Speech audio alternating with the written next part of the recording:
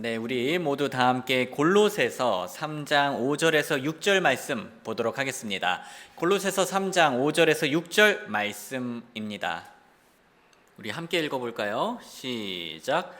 그러므로 땅에 있는 너희의 지체들을 죽이라. 곧 행은과 부정함과 무절제한 애정과 악한 욕정과 탐욕이니 탐욕은 우상 숭배니라. 이는 이것들로 인하여 하나님의 진노가 불순종의 아들들에게 임하기 때문이라. 아멘. 형제자매님들, 저는 어렸을 적에 어른들이 하는 전도에 따라가곤 하였습니다. 어른들께서는요, 공원이라든가 길거리에서 전도지를 나누어 주거나 아니면 성경책을 펴가지고 복음을 전해 주었어요.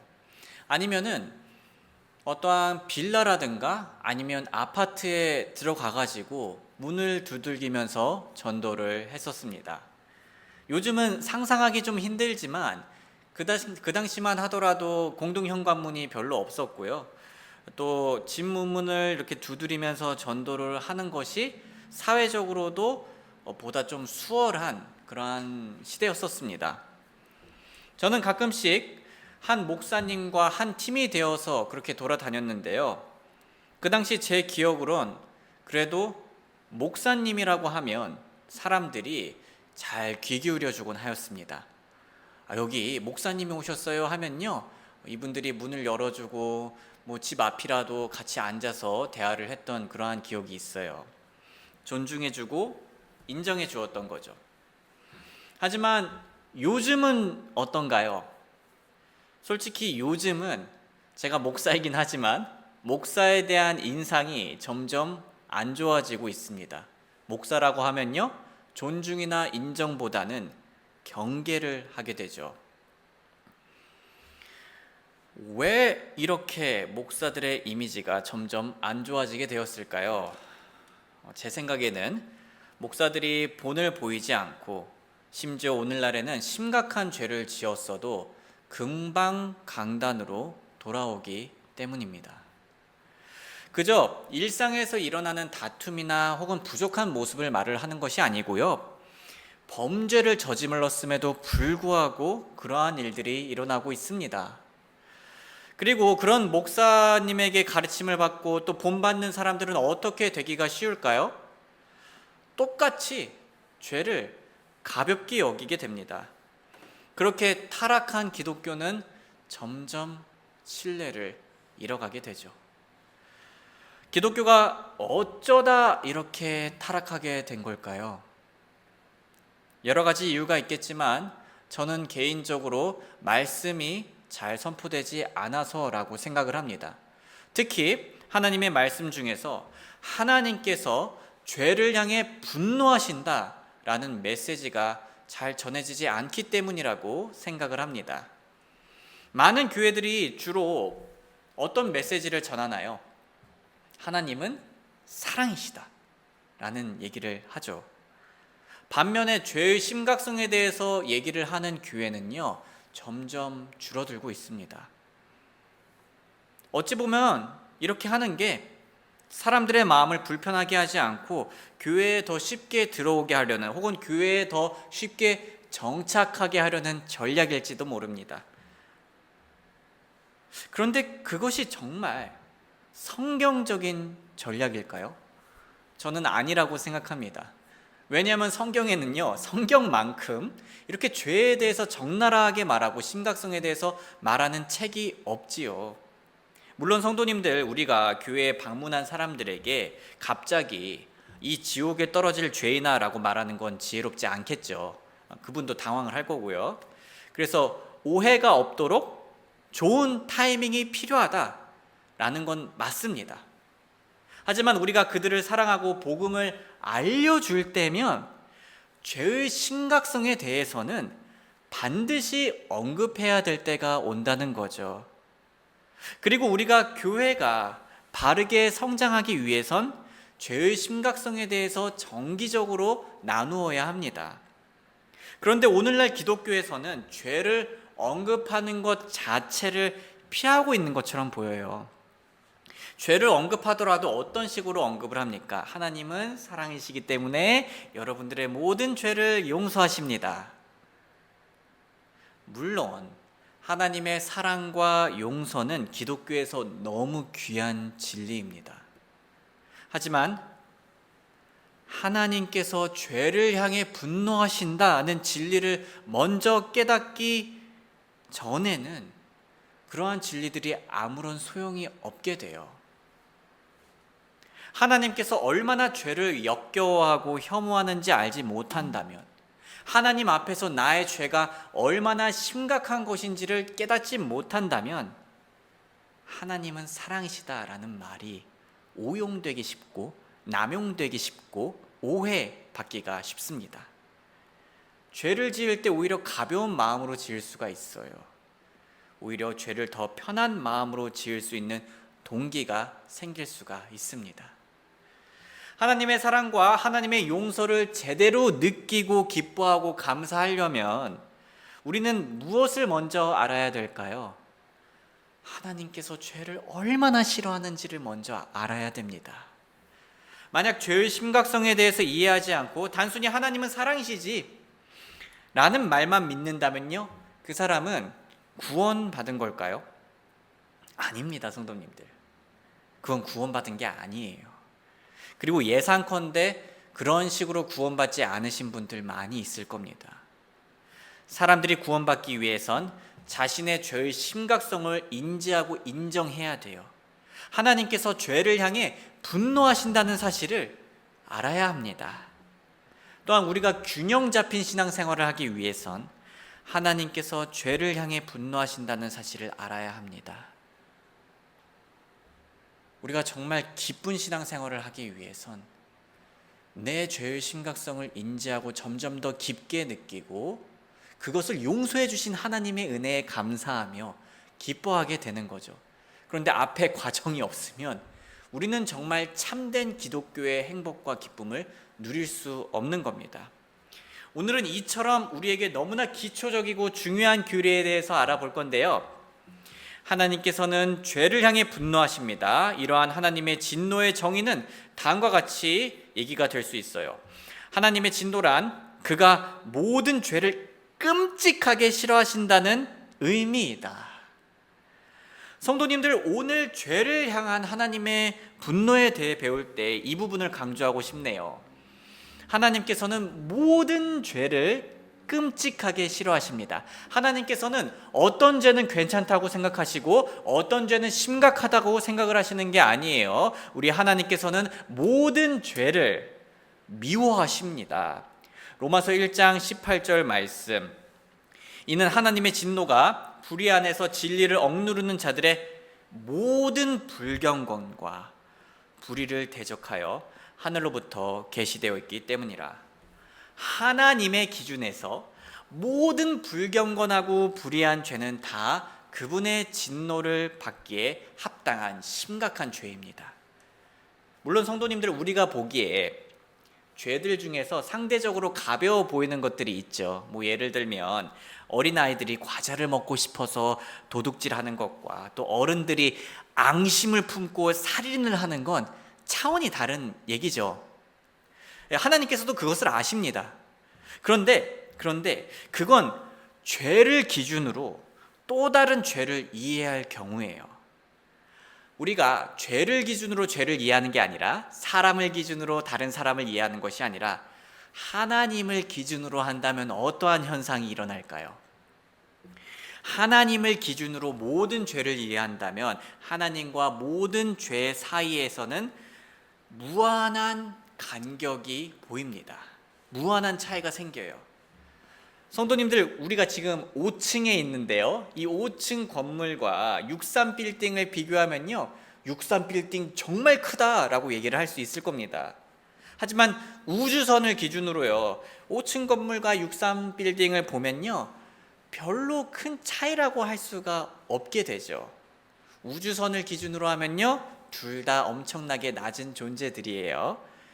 그것보다, 그 차이보다 무한히 높게 의로우신 하나님의 기준에서 모든 죄들은 다 도토리 키재기라는 겁니다. 심각하게 추락한 죄들인 거죠. 그리고 모든 죄는 가장 위대하신 하나님의 말씀을 어긴 심각한 죄입니다. 다른 존재가 아니라, 천사의 말을 어긴 죄가 아니라, 마귀의 말을 어긴 죄가 아니라 가장 지극히 높으신 하나님의 말씀을 어긴 죄라는 거예요. 이것을 느끼기 위해서요, 예를 들자면 우리나라에 방문한 외국인이, 여행 온 외국인이 경찰들의 말을 잘 들어야 되죠. 만약에 경찰들의 말을 안 들으면요, 그거 죄입니다. 하지만 그 외국인이 경찰이 아니라 우리나라 대통령님의 말을 어긴다면, 그 면전에서 어긴다면, 자, 그것은 훨씬 더 심각한 죄라고 할 수 있겠죠. 이런 원리처럼 모든 죄는 세상에서 가장 위대하신, 대통령보다 훨씬 더 위대하신 하나님의 말씀을 어긴, 그 성경을 어긴 심각한 죄인 겁니다.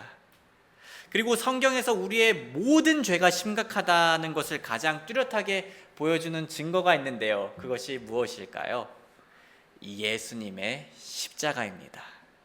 예수님께서 우리의 모든 죄를 위해 희생당하셨다는 겁니다. 우리 죄의 일부를 위해서가 아니라 모든 죄를 위해서요. 그리고 그분께서는요, 살인자들을 위해서만 희생당하신 게 아니죠. 살인하지는 않았지만 거짓말하고 교만하고 불순종한 자들을 위해서도 돌아가 주셨습니다. 우리의 모든 죄는 너무 심각하여서 세상에서 가장 귀하신 분이 희생당할 정도였다라는 거죠. 그렇다면 성도님들, 이렇게 모든 죄가 심각하다는 사실이 우리에게 무엇을 알려줄까요? 우리의 일상에게 무엇을 외치고 있나요? 하나님께서 괜히 모든 죄를 미워하시는 게 아니라는 거죠. 하나님께서 마음이 좁으셔서 막 삐지면서 죄를 향해 분노하시는 게 아니에요. 모든 죄는 실제로 끔찍하기 때문에 하나님께서 분노하시는 겁니다. 이 사실을 안다면 우리는 이제 어떻게 살아야 할까요? 우리는 단순히 나는 살인을 저지르지 않으니까 괜찮은 그리스도인이지 라고 머물러서는 안 됩니다. 나는 저 사람처럼, 또는 저 형제나 저 자매와 같은 죄는 짓지 않으니까 나는 더 나은 사람이야 라고 생각해서는 안 됩니다. 물론 실제로 사람 대 사람으로 비교하면, 죄 대 죄로 비교하면 좀 더 나을지 몰라요. 하지만 우리의 기준은 누구시죠? 하나님이십니다. 우리는 하나님을 기준으로 모든 죄를 가볍게 여기지 않고 진지하게 그 심각성을 인정하고 경계해야 합니다. 고린도전서 6장 9절과 10절 말씀, 불의한 자가 하나님의 왕국을 상속받지 못할 것이라는 것을 너희가 알지 못하느냐? 속지 말라. 행음하는 자들이나 우상 숭배자들이나 간음하는 자들이나 여성화된 남자들이나 남자와 함께 자신을 욕되게 하는 자들이나 도둑들이나 탐욕을 부리는 자들이나 술 취하는 자들이나 욕하는 자들이나 착취하는 자들은 하나님의 왕국을 상속받지 못하리라. 잠언 6장 16절에서 19절 말씀, 이 6가지를 주께서 미워하시며 참으로 7가지가 그분께 가증한 것이니 교만한 눈빛과 거짓된 혀, 그리고 무죄한 피를 흘리는 손, 사악한 상상들을 고안하는 마음, 해악으로 달려가는 빠른 발, 거짓들을 말하는 거짓 증인, 그리고 형제들 가운데 불화의 씨를 뿌리는 자니라. 성도님들, 우리가 흔히 알고 있는 범죄 외에도 하나님께서는 우리 일상에서 일어나는 모든 죄를 미워하세요. 예를 들면 성경 말씀에 따라 교만도요, 심각한 죄입니다. 가정이나 직장에서 우리 이런 생각하기 쉬워요. 나는 이미 잘하고 있으니 너만 잘하면 돼 라는 교만이 생기기 쉽습니다. 우리는 그 교만을 경계해야겠죠. 또는 내가 사는 아파트, 내가 타는 차, 내가 다니고 있는 직장, 나의 외모 등등 그러한 것들로 교만해지는 마음을 우리는 경계해야 합니다. 그거는 심각한 죄예요. 그리고 비속어도 심각한 죄입니다. 정말 안타까운 현실은 목사들 중에서도 욕하는 사람들이 있어요. 갑자기 깜짝 놀라서 실수로 막 그렇게 욕을 하는 게 아니라요, 강대상이나 사석에서 대화를 나눌 때 평소에 비속어를 사용을 하는 겁니다. 아니면 그런 뉴스도 제가 보았어요. 대형교회 어떤 목사님이 부사역자들에게 막 비속어를 쓰는 거예요. 갑질하듯이. 또 어떠한 경우는요, 성도님들에게 욕설을 하거나 아니면 성도님들에게 폭력을 휘두르는 경우도 보았습니다. 물론 우리가 속 시원하게 욕을 하고 싶을 때가 있습니다. 욕하는 게 욕쟁이 할머니처럼 좀 정감이 간다고 생각할지도 모르겠어요. 그것도 아니면 우리가 약해 보이고 싶지 않아서 하나의 수단으로 욕을 할지도 모르겠습니다. 하지만 우리는 하나님께서 욕을 싫어하신다는 것을 알며 경계해야 합니다. 또는 비속어가 가득 찬 컨텐츠들을 피해야 합니다. 왜냐하면 그걸 보면요, 잘못된 걸 우리가 알아도요, 우리가 결국에는 무의식적으로 학습을 하게 돼요. 그리고 우리도 모르게 이것이 나올 수가 있습니다. 또한 우리가 맺는 관계에서 불화의 씨를 뿌리는 것도요, 심각한 죄입니다. 불필요하게 정치를 만들어서 이제 파당을 만드는 것, 그러한 것도 매우 나쁜 거예요. 불화의 씨를 뿌리는 방법에는 다양한 방법이 있는데요, 예를 들면 과거에 끝난 일을 다시 꺼내는 겁니다. 누군가 다투었던 기억이 다시 생각날 수 있어요. 그때 우리는 그 얘기를 다시 꺼내고 싶은 유혹을 받을 수 있습니다. 가족들과 다툴 때 혹은 친구들과 다툴 때 예전에 너 그랬었잖아 라고 말하면서요. 하지만 다 끝난 과거의 일들을 다시 꺼내거나 퍼뜨리면 안 됩니다. 그건 용서가 아닌 보복이고 불화의 씨를 뿌리는 거예요. 비슷하게도 뒤에서 헐뜯는 것도 불화의 씨를 뿌립니다. 사실 성도님들, 오늘날 기독교에서 이게 정말 심각한 문제라고 저는 생각을 해요. 교회 안에서 다른 사람들을요, 입으로 잘근잘근 씹어버리는 겁니다. 서로 이해해주고 사랑해주기보다는 장년들이 청년들을 험담하고 청년들이 장년들을 험담하는 상황이 생깁니다. 이렇게 되면요, 세대 차이를 넘어 세대 혐오가 일어나게 되겠죠. 그리고 자매님들이 보복성으로 특정 자매님을 험담하고요, 형제님들이 시기 질투하며 특정 형제님을 험담하는 교회들도 있습니다. 제가 지어내는 이야기가 아니라 다른 교회들에서 보고 들었던 사례들이에요. 그래선 절대 안 됩니다. 새로운 방문자를 향해서도 우리가 그래서는 안 되겠지만, 특히 우리와 오래 함께한 형제 자매님들을 향해서 그래서는 안 돼요. 사실 우리는 더 조심해야 됩니다. 왜냐하면 우리가 점점 더 가까워지면서 점점 더 편해지잖아요. 근데 편해질수록 우리가 친밀해지는 것도 있지만, 친밀할수록 우리가 잘 선을 지켜주어야 할 부분도 있습니다. 앞으로 우리가 정말 의미 있게 사랑하고 가까워진다면 우리는 서로의 흠을 볼 수밖에 없게 되겠죠. 외모적으로든 성품적으로든 생활 습관적으로든 저 형제, 저 자매, 저 목사에 대해서 우리가 흠을 볼 수밖에 없게 돼요. 그래서 우리는 불화의 씨를 뿌리려면 언제든지 뿌릴 수 있는 기회가 생길 겁니다. 하지만 우리가 기억해야 될 게 무엇일까요? 하나님께서 그 죄를 미워하십니다. 서운한 게 있다면 당사자와 대화를 하면 되는 거고요.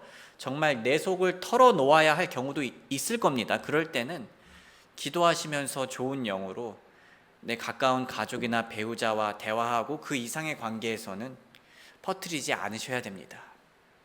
그리고 평소에 다른 사람에 대해 너무 얘기하고 싶으시면요, 미담을 퍼뜨리시면 돼요. 뒷담화를 퍼뜨리는 게 아니라 미담을 퍼뜨리시면 됩니다. 불화의 씨앗보다는 우리는 무엇을 퍼뜨려야 됩니까? 복음과 화평의 씨앗을 뿌려야겠죠? 자, 우리 그렇게 좋은 것 뿌리는 사람들이 되기를 응원합니다. 자, 다음으로 성도님들, 하나님께서 죄를 향해 분노하신다는 사실은요, 기쁜 일이에요. 미워하신다는 사실은 기쁜 일입니다. 왜 그럴까요? 왜냐하면 하나님께서는 정의롭게 죄인들을 심판하실 것이기 때문입니다. 성도님들, 제가 어젠가 그제였던 것 같아요. 그제 어느 순간 이렇게 그 컴퓨터로 유튜브를 보면서 이제 안타까운 소식 뉴스들을 하나를 이제 클릭을 했어요.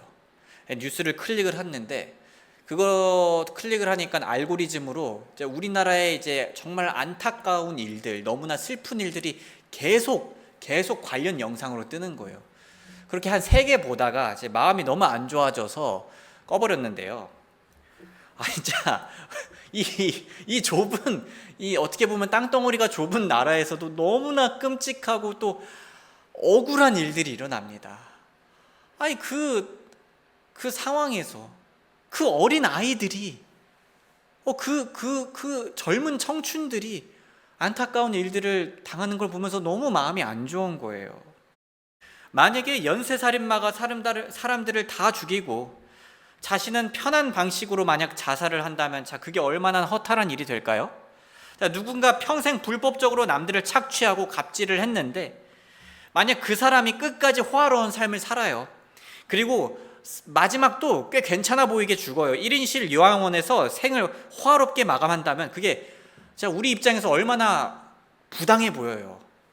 또 누군가 학폭을 저질렀음에도 불구하고 직장 잘 다니고 가정만 잘 만든다면 피해자들의 눈물은 도대체 누가 보상을 하나요? 하지만 우리 그리스도인들은 알고 있죠. 죄를 향해 분노하시는 하나님께서는 그들을 심판하실 겁니다. 심지어 죽음도요, 그들이 심판을 도망가지 못하게 만들 거예요. 오히려 그 죽음이 그들의 심판의 입구로 인도할 겁니다. 히브리서 9장 27절, 한 번 죽는 것은 사람들에게 정해진 것이요 이것 뒤에는 심판이 있느니라. 고린도후서 5장 10절 말씀, 이는 모든 사람이 각자 선한 것이든 나쁜 것이든 자기가 행한 것에 따라 자기 몸 안에서 이루어진 것들을 받기 위하여 우리가 다 그리스도의 심판석 앞에 반드시 나타나야 하기 때문이라. 로마서 2장 5절과 6절, 다만 내 강팍함과 뉘우치지 아니하는 마음을 따라 진노의 날, 곧 하나님의 의로우신 심판이 나타나는 그날에 닥칠 진노를 너 자신에게 쌓아 올리는도다. 그분께서는 각 사람에게 그의 행위대로 갚으시리니. 형제자매님들, 물론 우리는요 원수를 사랑하도록 부름받았어요. 그리고 죄인들이 회개하기를 바라야 됩니다. 하지만 동시에 하나님께서 죄를 정당하게 심판하신다는 사실에 기뻐할 수 있어야 합니다. 하나님께서는 죄를 기뻐하시는 분도 아니고 죄를 별거 아닌 걸로 여기시는 분이 아니십니다. 그분께서 죄를 미워하시고 그분께서는 반드시 죄를 분노로 심판하시는 분이십니다. 그리고 이 사실을 통해 우리가 그리스도인으로서 감사해야 할 것들이 생각나죠. 성도님들, 사실 저도 우리도 하나님의 진노를 받을 대상이었지만 그 진노에서 건진받았습니다. 왜냐하면 예수님께서 우리가 마셔야 할 진노의 잔을 대신 마셔주셨기 때문이죠. 에베소서 2장 3절 말씀, 지나간 때에는 우리도 다 그들 가운데서 우리 정욕의 행실 안에서 생활하였고 육신과 생각의 욕망들을 채우며 다른 이들과 같이 본질상 진노의 자녀들이었느니라. 우리도 하나님의 높으신 기준에서 보면은 심각한 죄인이었어요. 하지만 데살로니가전서 1장 10절, 또 그분께서 죽은 자들로부터 일으켜 세우신 그분의 아들께서 하늘로부터 오실 것을 기다리는지를 보여주기 때문이니 곧 이분은 다가올 진노에서 우리를 건져내신 예수님이시니라. 그런데 형제자매님들, 또 이 부분 가지고 우리가 균형 잡히게 생각해야 되겠죠. 분명 그리스도인은 하나님의 진노의 심판을 받지 않아서 지옥의 형벌을 받지는 않습니다. 하지만 이 땅에서 우리가 죄 가운데 살아간다면 우리의 법적 관계는 괜찮겠지만, 하나님과 우리의 법적 관계는 괜찮겠지만 우리의 교제 관계에 영향이 가겠죠. 그래서 아버지가 자녀를 훈계하듯이 하나님께서는 우리를 자녀로서 훈계하십니다. 히브리서 12장 5절과 6절 말씀, 이거는 같이 읽어볼게요. 시작. 또한 자식들에게 하시듯 너희에게 말씀하시는 그 권면을 너희가 잊었으니 내 아들아, 너는 주의 징계를 멸시하지 말고 그분께 책망을 받을 때 낙심하지 말라. 이는 주께서 사랑하는 자를 친히 징계하시고 또 친히 받아들이는 아들마다 채찍질 하시기 때문이라 하셨느니라. 성도님들, 우리는 하나님께서 분노로 징계하신다는 사실에 감사할 수 있습니다. 왜냐하면 이러한 종류의 진노는 사랑에서 오는 것이기 때문이죠. 간혹 사람들은요, 하나님의 사랑과 하나님의 진노를 좀 대립하는 개념으로 바라보는데요. 하지만 사랑과 진노는 사실 대립되는 건 아니에요. 연결되는 걸로 보아야 됩니다. 사랑의 반대가 무엇일까요? 징계일까요? 아닙니다. 사랑의 반대는 오히려 무관심입니다. 하지만 하나님께서는 자녀인 우리를 사랑하사 우리가 잘못된 길로 빠질 때 진노하시고 징계하시는 거예요. 그렇게 안 하면요, 사생아인 겁니다. 물론 하나님의 진노는 그분의 오래 참으심과 함께 합니다. 그래서 우리가 하나님의 진노와 오래 참으심과 또 사랑을 안다면 우리는 속히 회개할 수 있는 거겠죠. 정리하자면 하나님께서 죄를 미워하신다는 건 감사한 일이에요. 왜냐하면 하나님께서는 그 누구도 억울한 일이 없게 혹은 과하지 않게 딱 정확하게 정의롭게 죄인들을 심판할 것이기 때문입니다. 그리고 사실 그리스도인도 하나님의 진노를 받을 대상이었지만 예수 그리스도를 통해 그 진노로부터 건진받았습니다. 다만 오해하면 안 되겠죠? 그리스도인은 지옥의 형벌은 받지는 않지만 하나님께서는 자녀인 그리스도인들이 죄를 따르면 바로잡아 주시기 위해서 분노하며 징계하기도 하십니다. 그리고 이것 또한 감사한 일이죠. 이 분노의 징계는 하나님께서 우리를 자녀로서 사랑하신다는 뜻이기 때문입니다. 우리가 홀로 있을 때, 우리가 마음으로 짓는 죄까지도 우리를 귀하게 여기며 우리를 소중하게 여기며 사랑하면서 바로잡아 주시는 아버지가 있다는 게 얼마나 감사한 일입니까? 마지막으로 우리도 하나님처럼 죄를 미워해야 한다는 사실에 대해서 생각을 해볼게요. 우리도 하나님처럼 죄를 미워해야 해요. 형제자매님들, 우리가 여름 휴양에 가기 전 주일에 했던 설교가 생각이 나는데요. 하나님 사랑과 이웃 사랑에 대해서 배웠었습니다. 다들 기억나시나요? 그때 설교 중에서 저는 이런 말을 했어요. 하나님을 사랑하면요, 성도님들, 우리는 이웃을 사랑하게 됩니다. 왜냐하면 하나님을 사랑하면 하나님의 시각으로 이웃을 바라보기 때문입니다. 하나님께서 자신의 독생자 예수님을 이 땅에 보내주시고 십자가에 내어주실 만큼 우리의 이웃들을 사랑하는데요, 우리가 하나님을 사랑하면 그러한 시각으로, 그러한 마음으로 하나님을 닮아가면서 우리의 이웃들을 대하게 된다는 거였죠. 죄에 대하여 비슷한 원리가 있다라고 말씀드리고 싶습니다. 우리가 하나님을 사랑하면 하나님의 시각으로 이웃을 바라보죠. 우리가 하나님을 사랑하면 하나님의 시각으로 죄를 바라보게 됩니다. 우리가 하나님을 사랑하면 하나님께서 미워하는 것들을 미워하게 돼요. 우리가 하나님을 사랑하면 하나님께서 분노하는 죄를 향해 우리도 분노하게 됩니다. 더 나아가서 우리가 하나님을 사랑하면 우리는 하나님의 마음을 아프게 만드는 죄를 미워하게 됩니다. 성도님들, 우리의 죄는 하나님의 마음을 슬프게 만들어요. 창세기 6장 5절에서 6절, 하나님께서 사람의 사악함이 땅에서 커지고 또 그의 마음에서 나오는 생각의 모든 상상이 항상 악할 뿐임을 보셨더라. 그리하여 주께서 땅 위에 사람을 만드셨던 일이 그분을 돌이키게 하였고 또 그 일이 그분의 마음을 근심하게 하였더라. 에스겔서 6장 9절. 너희 중에 도피한 자들은 그들이 포로로 사로잡혀간 민족들 가운데서 나를 기억하리니 이는 내게서 떠난 그들의 음탕한 마음과 그들의 우상들을 따라 음행하는 그들의 눈에 내가 마음이 상하였기 때문이라. 성도님들, 그리스도인이 죄를 미워해야 하는 근본적인 이유가 무엇일까요? 사람들 앞에서 내 명예가 떨어졌기 때문일까요? 아닙니다. 내가 내 스스로 볼 때 이런 죄를 짓다니 하면서 내 스스로 실망스러워서 죄를 미워해야 될까요? 아니에요. 아닙니다. 나 목사인데 이런 모습을 보였네. 나 신앙생활 20년 했는데 이런 죄를 지어버렸네. 자, 그런 게 아닙니다.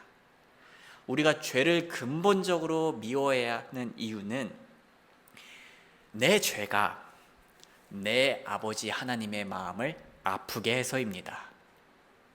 내가 죄를 지을 때 내가 가장 사랑해야 하고 또 가장 사랑하는 우리 아버지 하나님께서 슬퍼하시기 때문에 우리는 죄를 미워하고 혐오해야 합니다.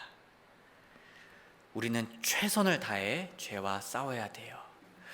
히브리서 12장 4절 말씀 같이 읽어볼게요. 시작. 너희가 죄와 싸우되 아직 피 흘리기까지는 대항하지 아니하였도다. 형제자매님들, 죄를 향해 분노하시길 바랍니다. 죄를 미워하시고요, 계속 싸워 나가시길 응원합니다. 중독적인 죄가 있으면요, 목숨을 걸고 싸워야 합니다. 성도님들, 고3 학생들 중에서는 수능을 위해 스마트폰을 그냥 플립폰으로 바꾸는 분들이 있더라고요. 그게 뭘 하는 거죠, 지금? 수능을 위해서 유혹과 싸우는 거죠? 우리는 그것보다 더 강력한 동기가 있는 거예요. 하나님을 사랑하기 위해 유혹과 싸우는 거죠. 죄를 짓기 쉬운 나의 환경을 바꾸시거나 악한 말이 나오려는 나의 입술을 깨물거나 스마트폰을 부셔버리고 인터넷을 끊어버리는 한이 있더라도 싸워야 돼요. 극단적인 방법을 쓰더라도, 비유하자면 피를 흘리는 한이 있더라도 죄와 싸우셔야 됩니다. 나는 태생이 글러먹었어. 원래 이런 인간이야. 라는 생각이 들기도 하지만 그때 자신을 놓아버리지 마시길 응원합니다. 물론 실패할 때 있어요, 성도님들. 굳건하게 결심해도요, 실패할 때 옵니다. 잘 가다가도요, 오히려 더 추락하는 것처럼 보일 때가 분명히 있어요. 노력하는 만큼 좌절도 크실 겁니다. 그런데요, 성도님들, 나만 그런 게 아니라 누구나 다 그러면서 성장을 합니다. 원래 노력이라는 게 그런 거잖아요. 노력이라는 게 완벽한 모습 혹은 완벽한 이런 상한선을 보여주는 게 아니라 올라갈 때가 있고 내려갈 때가 있는 겁니다. 그리고 또 올라가는 거죠. 중요한 건 하나님을 위하며 계속 앞으로 기어서라도 나아가는 겁니다. 그렇게 우리가 하나님을 사랑하며 포기하지 않으면요, 10년 뒤에 우리는 전혀 다른 수준으로 성장해 있을 거예요. 우리 안에 계신 성령님의 도우시는 능력은 우리 생각보다 훨씬 더 강력합니다. 우리는 앞으로 우리의 삶을 승리의 미소로 점점 채워나갈 수 있어요. 로마서 6장 12절에서 14절 말씀. 그러므로 죄가 너희 죽을 몸 안에서 군림하지 못하게 하여 너희는 몸의 정욕 안에서 죄에게 순종하지 말라. 또한 너희 지체를 불의의 도구로 죄에게 내어주지 말고 오직 너희 자신을 죽은 자들로부터 살아난 자로서 하나님께 드리며 너희 지체를 의의 도구로 하나님께 드릴지라. 이는 너희가 율법 아래 있지 아니하고 은혜 아래 있기 때문이라. 이는 죄가 너희를 지배하지 못할 것이기 때문이라. 요한일서 5장 4절과 5절 말씀 같이 읽어볼게요. 시작. 이는 무엇이든 하나님에게서 난 것은 세상을 이기기 때문이니라. 또 세상을 이기는 승리는 이것이니 곧 우리의 믿음이니라. 예수님께서 하나님의 아들이심을 믿는 자가 아니면 누가 세상을 이기는 자냐? 성도님들, 우리 이길 수 있습니다. 우리가 믿는 하나님을 통해서요. 그래서 포기하지 마시길 바랍니다. 실패한 날에도요, 실패한 저녁에도요, 그 다음날 아침에 바로 다시 말씀으로 나아가시길 바랍니다. 바로 실패하더라도 예수님의 은혜로 하나님께 나아가 기도하시길 바랍니다. 사랑하는 형제 자매님들, 우리 모두 하나님을 사랑하며 그분의 도우시는 은혜를 믿으시고 승리해 나가시길 주님의 이름으로 소원합니다. 우리 잠시 노래가 연주되는 동안 죄를 향해 분노하시는 하나님께, 죄를 기뻐하시는 게 아니라 죄를 향해 분노하시는 하나님께 감사와 찬양을 돌리겠습니다.